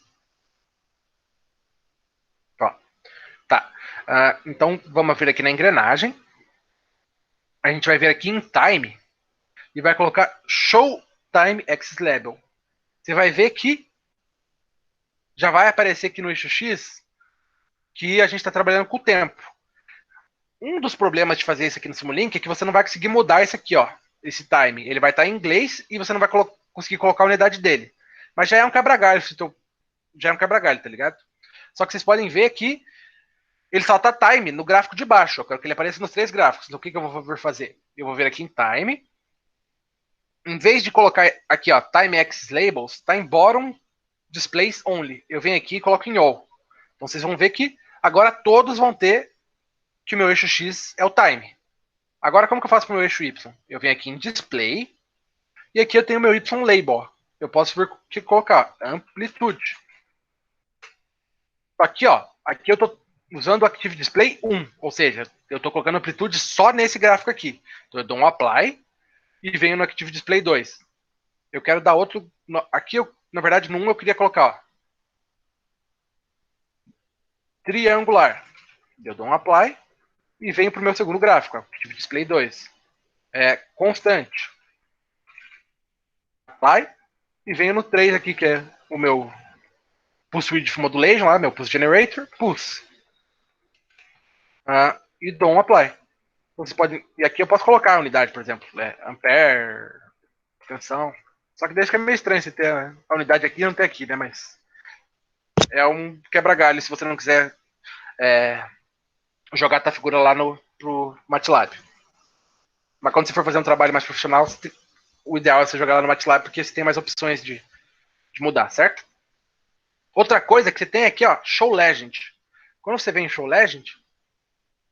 Opa, é que eu não dei apply. Show Legend e dá OK. Aqui, ele só colocou, ó, se vocês quiserem ver, ó, ele colocou uma legenda aqui em cima. Ele só colocou no gráfico 3, justamente porque eu estava no Active Display 2. Se eu quiser vir aqui no Active Display 2 e colocar a legenda, eu também posso vir. Mas não vou colocar para os 3 que não tem necessidade. Só que vocês podem ver que o nome deles aqui, ó, tá o bloco do nome que está jogando o sinal para eles. Aqui é o bloco da constante, então ele está me dando o nome do bloco da constante. Aqui é o Relational Operator, ele está o sinal do Relational Operator, ele está dando o nome do Relational Operator. Então o que eu faço para mudar? Eu clico aqui na minha legenda e venho e escrevo. Se eu quiser que seja constante mesmo, escrevo constante. Aqui se eu quiser escrever pulso, eu venho aqui e escrevo pulso. Claro que como eu pulso. Outra coisa que dá para fazer, se vocês forem ver aqui, ó, não vai ter um lugar para vocês colocarem título. Tá vendo? Nos gráficos. Você só consegue colocar os eixos. Mas se você vier no cabo que dá o sinal para esse osciloscópio, aqui, ó, por exemplo, nesse cabo eu estou chegando com minha triangular. Então eu venho aqui no meu cabo que está chegando e escrevo triangular. Nesse cabo aqui que está chegando a constante, eu escrevo constante. Eu clico 2 vezes no cabo, tá? Quando eu clico 2 vezes no cabo, ele já vai aparecer a caixinha para eu escrever. Constante. E aqui eu tenho meu pulse. Eu escrevo pulse. Agora, se eu tenho que simular de novo para o programa entender isso. Vocês vão ver, ó, que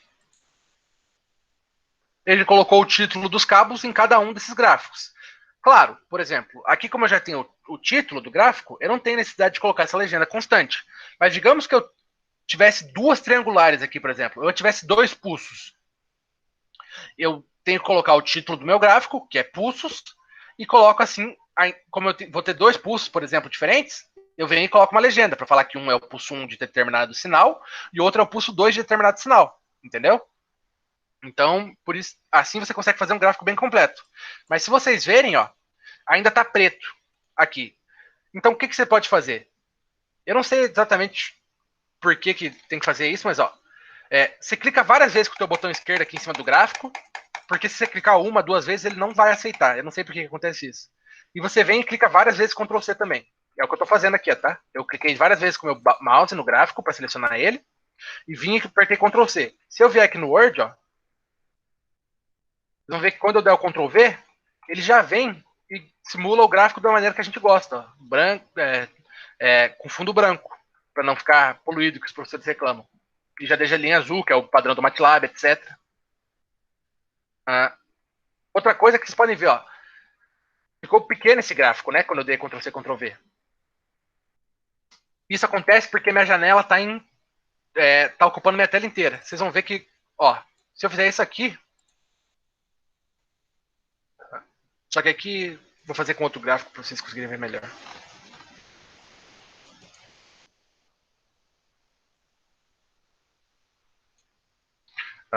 Vamos pegar esse gráfico aqui, por exemplo.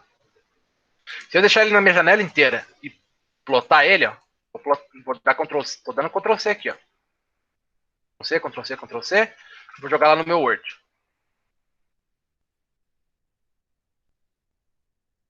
Ficou pequeno, ó. Os eixos estão pequenos, o gráfico está pequeno, os números estão pequenos, teu professor vai reclamar. Então o que você faz? Você vem e tira ele da tela cheia. Se você dá um Ctrl C, Ctrl V com ele aqui, uma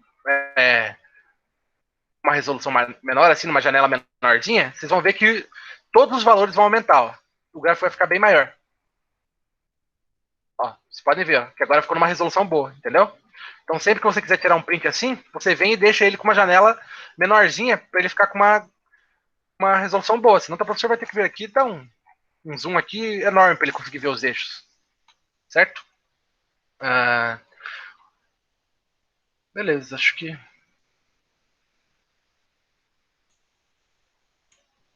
isso está bom sobre as configurações do scope. Vamos lá para a integração com o MATLAB. Se vocês lembrarem, nesse bloco do multímetro, eu estou entrando com a minha tensão e minha corrente desse resistor. Aqui, só que ele vem no mesmo cabo, por isso eu venho com o demultiplexador e separo em tensão e corrente nesses cabos. O que seria esses dois blocos aqui? Ó? Se vocês verem os nomes deles, os blocos se chamam TrueWorkspace. O que eles fazem? Eu não sei se todos estão acostumados com MATLAB ou se viram o único de MATLAB nosso, mas a gente tem esse workspace aqui, que é quando a gente coloca um código aqui no MATLAB ou a gente coloca alguma variável, ele vem e salva essa variável aqui no workspace. Então, o que eu estou fazendo com esse workspace? Estou vindo e salvando uma variável que eu simulei aqui no Simulink, lá no workspace do MATLAB. Se eu quiser utilizar ela lá para plotar um gráfico lá no MATLAB ou para usar ela num código lá que eu vou escrever no MATLAB, eu posso vir, simular uma parte aqui no Simulink, pegar um resultado, e esse resultado vem aqui para o meu workspace, e com esse resultado eu posso criar um outro código. Entendeu?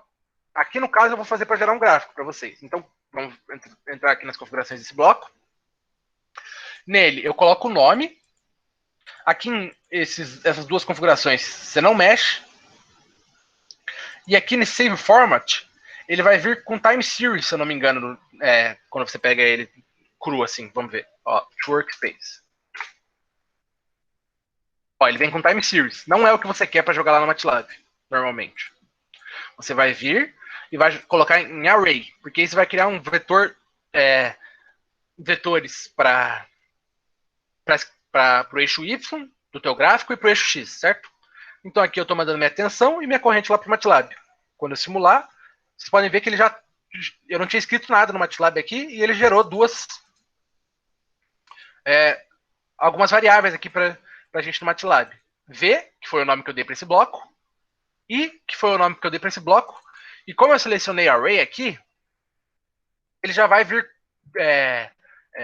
como posso dizer, por padrão, com essa variável Tout aqui, que se vocês verem, ela tem o mesmo tamanho do meu V e do meu I. Porque para eu plotar um gráfico, eu preciso ter uma variável no X e no Y que tem o mesmo tamanho. Então, por exemplo, se eu vier aqui e fizer um comando plot aqui, ó, Se eu fizer plot, eu quero plotar. Aqui no plot eu tenho que colocar o meu eixo X antes, que é o T-out, né? Que é o tempo. E eu quero plotar o T em tempo em função do V-out. Ó, eu vou ter aqui a minha tensão plotada aqui no MATLAB. Eu posso fazer a mesma coisa com a corrente. Vem aqui e posso fazer a mesma coisa. Se eu quiser fazer a potência instantânea aqui, ó, V vezes I. Aqui tem que colocar um ponto antes da multiplicação, porque o V e o I são vetores, certo?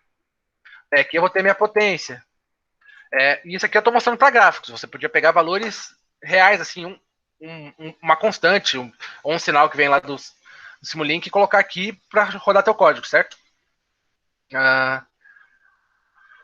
A mesma coisa acontece com o MATLAB. O MATLAB também interage com o Simulink. Então, por exemplo, eu venho aqui e escrevo L igual a 10. Eu quero que o meu indutor seja de 10 mH.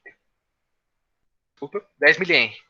Venho aqui, ó, salvei ele aqui, ó, 0,01 Henry. Se eu vier aqui no Simulink, aqui onde eu tenho o indutor, e colocar L, ó, vocês podem ver que quando eu escrevo L, ele até aparece aqui já, ó. Ele já vai entender que eu estou pegando o lado do MATLAB. E quando eu rodar aqui, ele já vai entender que eu estou rodando com 1000 mH. Para que serve isso? Por exemplo, quando a gente vai fazer o projeto do controlador para controlar nossa planta, a gente vai fazer o projeto aqui no MATLAB. Ele vai dar valores de indutância, capacitância, das constantes do PID lá do controle, ou então desses dois blocos de função de transferência que eu tinha apresentado para vocês aqui anteriormente. Ele vai dar em parâmetro lá no MATLAB.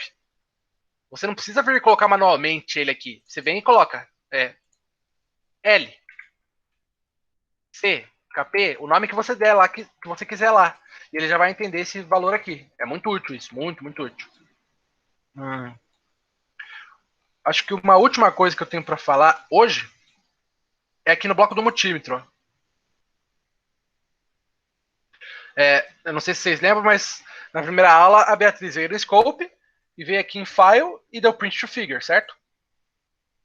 Isso aqui gera uma figura igualzinha do Scope, só que essa figura, quando tem esse nome Figure 1, ela pertence ao MATLAB. Então vocês podem ver que, por exemplo, vou colocar os dois lado a lado aqui, ó. Se eu usar o comando xlabel, que serve para botar nome no eixo X, tempo em segundos, ele vai alterar essa figura já, ó. Colocou tempo aqui. A mesma coisa para título, para legenda, para o eixo Y, para mudar as cores da linha e tudo mais. Só que o multímetro, que é esse bloco aqui que a gente estava utilizando para deixar a simulação mais limpa, ele também tem isso aqui, ó. Plot Select Measurements After Simulation. Vamos ver o que ele faz quando eu coloco aqui, ó. Eu vou dar Enable na caixa e vou simular de novo.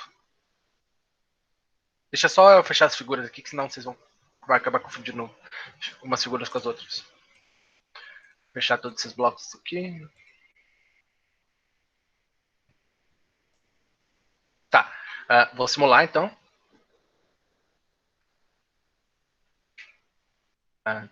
Calma aí. Tá, certo. Vou simular. Vou parar a simulação aqui bem rapidinho, só pra gente ver o que acontece. Opa, tem que ser aqui. Ó, ele já veio e plotou no MATLAB pra mim, tá vendo? Esses dois gráficos.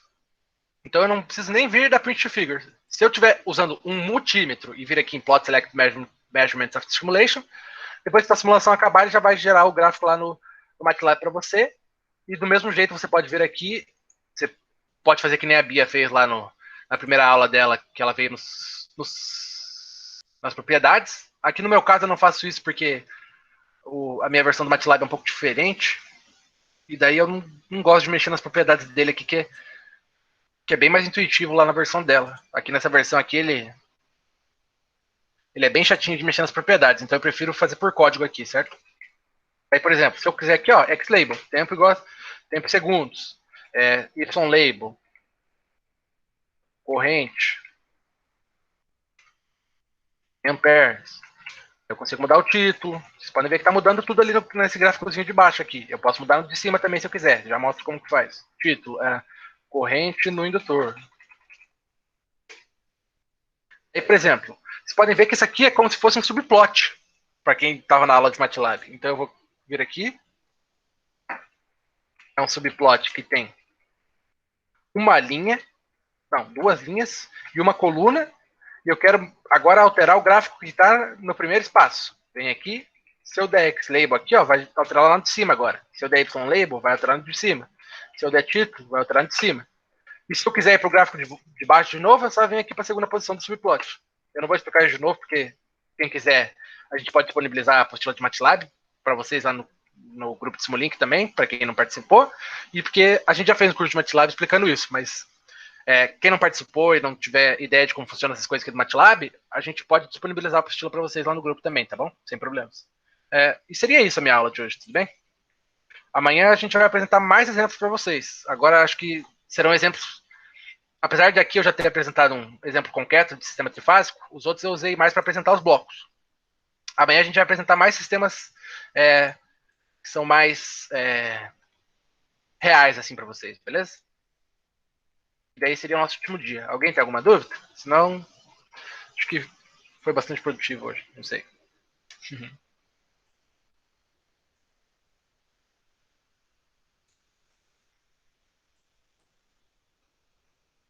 Bom, se não tem nenhuma dúvida, hoje eu não vou mandar formulário para vocês de novo também, porque como a gente vai apresentar mais exemplos amanhã para vocês, eu decidi deixar meu formulário com a parte de hoje junto com a parte de amanhã, porque hoje foi por exemplo e amanhã também vai ser por exemplo, do que eu vou apresentar pelo menos. Então, eu vou fazer um formulário único para os 2 dias, tá?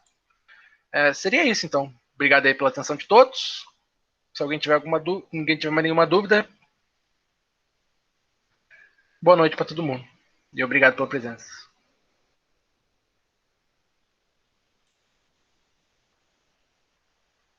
Valeu, valeu. Até amanhã.